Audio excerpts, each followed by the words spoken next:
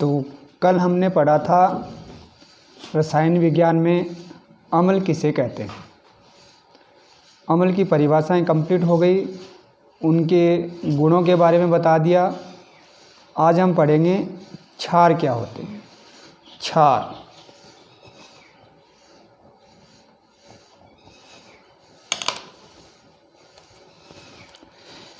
क्षार जो है ये स्वाद में कड़वे होते हैं, लाल लिटमस को नीला करते हैं, स्पर्श करने पर साबुन जैसे मुलायम होते हैं। तो ऐसे गुण जिस पदार्थ में उपस्थित हो वह क्षार होता है। तो क्षार की परिभाषा क्या है? ये स्वाद में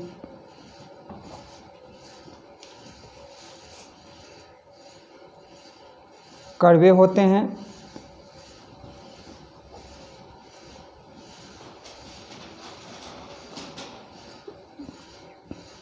दूसरा है लाल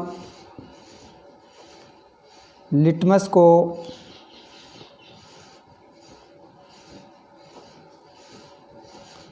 नीला करते हैं,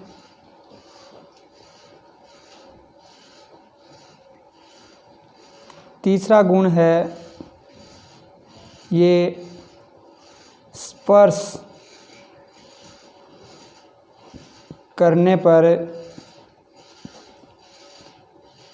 साबुन जैसे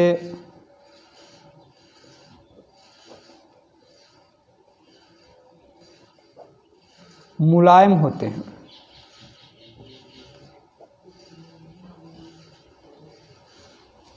ठीक है, तो अब हम कुछ क्षारों के उदाहरण देखते हैं कि ऐसे कौन कौन से पदार्थ हैं जिनमें ये गुण हैं, वे क्षार हैं। जैसे सोडियम हाइड्रोक्साइड, सोडियम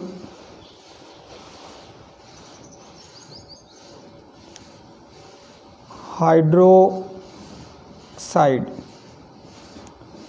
ये क्षार है, NaOH। दूसरा है potassium hydroxide, potassium hydroxide, potassium hydroxide सूत्र इसका KOH। तीसरा है एल्यूमिनियम हाइड्रोक्साइड, एल्यूमिनियम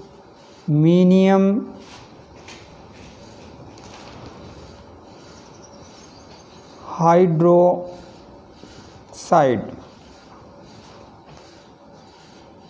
सूत्र इसका है AlOH और ट्वाइस 3, AlOH और ट्वाइस 3। चौथा है अमोनियम हाइड्रोक्साइड, अमोनियम हाइड्रोक्साइड।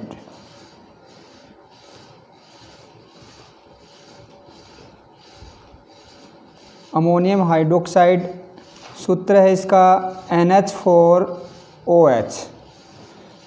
तो ये कुछ क्षार हैं जिनमें स्वाद में कड़वाहट है, लाल लिटमस को नीला करते हैं, स्पर्श करने पर साबुन जैसे मुलायम होते हैं। अब हम देखते हैं आगे कि अम्ल क्या होते हैं। आप हमने पढ़ लिया, क्षार क्या होते हैं हमने पढ़ लिया, दोनों के गुणों के बारे में जान लिया। अब ये दोनों जब आपस में क्रिया करते हैं तो उदासीन हो जाते हैं। इसके अतिरिक्त अम्ल व क्षार दोनों ही जल में क्या होते हैं? विलय होते हैं। अम्ल व क्षार दोनों ही जल में क्या होते हैं? विलय होते हैं। यदि अम्ल की जल में अधिक मात्रा है तो सांद्र होते हैं। यदि अम्ल की अम्ल की जल में कम मात्रा है व जल की अधिक मात्रा है तो वे तनु होते हैं। इस प्रकार जल की उपस्थिति व अनुपस्थिति के आधार पर ये तनु व सांद्र होते हैं। तो हम क्या देखते हैं कि अम्ल व क्षार दोनों ही जल में विलय होते हैं, जल में विलय होते हैं।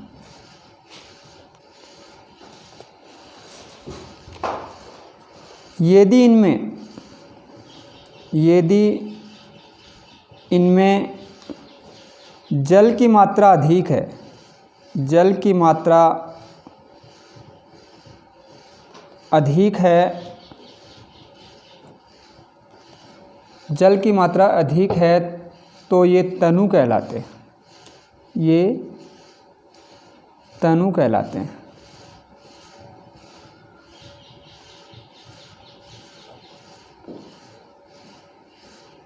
यदि इनमें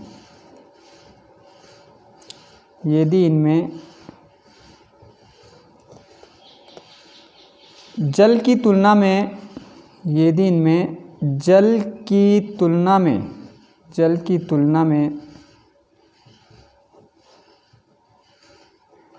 अम्ल या क्षार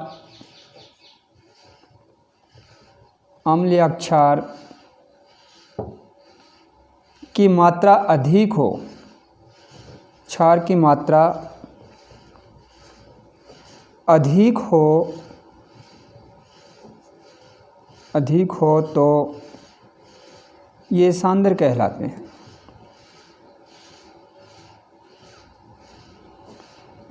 सांद्र कहलाते हैं। ठीक है, तो तनु अम्ल क्या होते हैं, तनु क्षार क्या होते हैं, सांद्र अम्ल क्या होते हैं, सांद्र क्षार क्या होते हैं, ये समझ में आ गया। अब इससे आगे हम देखते हैं कि अम्ल व क्षार आपस में क्रिया करके उदासीन हो जाते हैं। अम्ल व क्षार जब दोनों आपस में क्रिया करते हैं तो क्रिया करके क्या है, उदासीन हो जाते हैं। अम्ल व क्षार आपस में क्रिया करके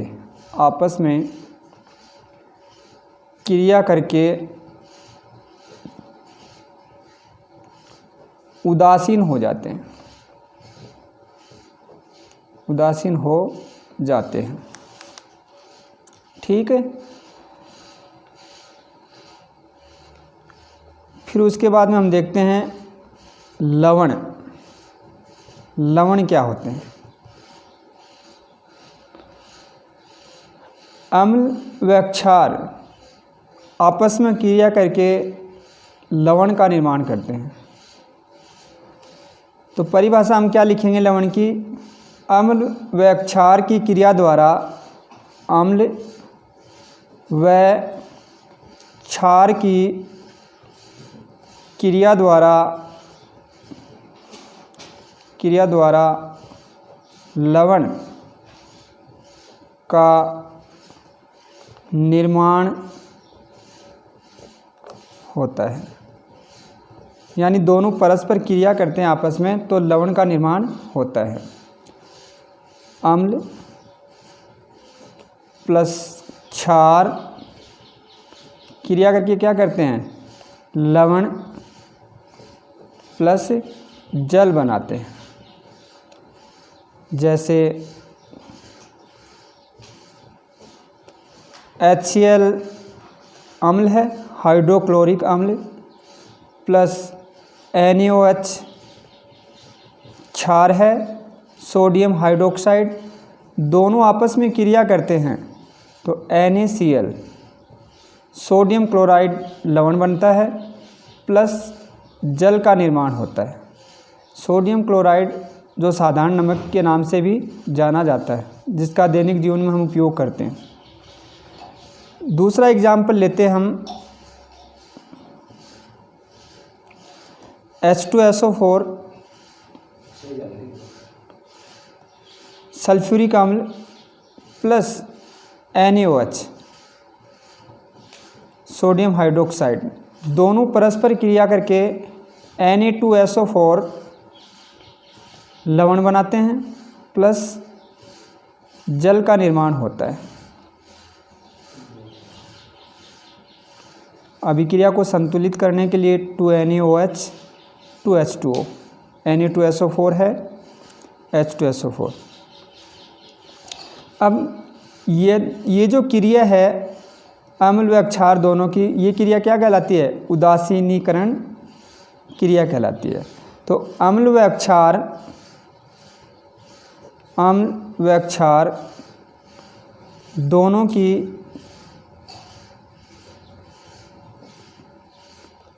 परस्पर क्रिया उदासीनीकरण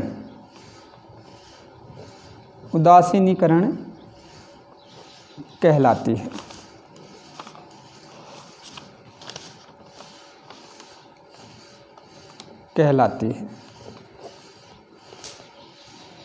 इसी अभिक्रिया को हम ऊष्माक्षेपी अभिक्रिया भी कहते हैं। अब अम्ल और क्षार, जब हम प्रबल अम्ल लेते हैं और दुर्बल क्षार लेते हैं तो इससे जो लवण बनते हैं वो अम्लीय लवण होते हैं। इन लवणों का पीएच मान जो है वो 7 से कम होता है। इसके अलावा जब हम प्रबल क्षार लेते हैं व दुर्बल अम्ल लेते हैं तो इससे बनने वाले जो लवण हैं वे क्षारीय लवण कहलाते हैं। इनका पीएच मान जो है वो 7 से अधिक होता है। इसके अलावा जब प्रबल अम्ल व प्रबल क्षार दोनों परस्पर क्रिया करते हैं तो दोनों से जो लवण बनते हैं वे उदासीन होते हैं। तो अम्ल व क्षार की मात्रा के आधार पर प्रबल क्षार व लवण का निर्माण होता है। तो प्रबल अम्ल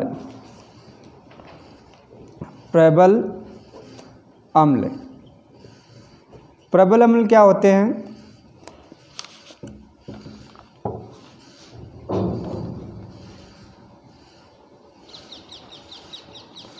जब हम प्रबल अम्ल जैसे HCl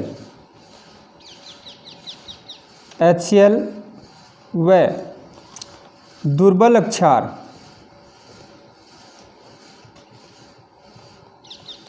क्षार से क्रिया करते हैं तो बनने वाला लवण अम्लीय होता है।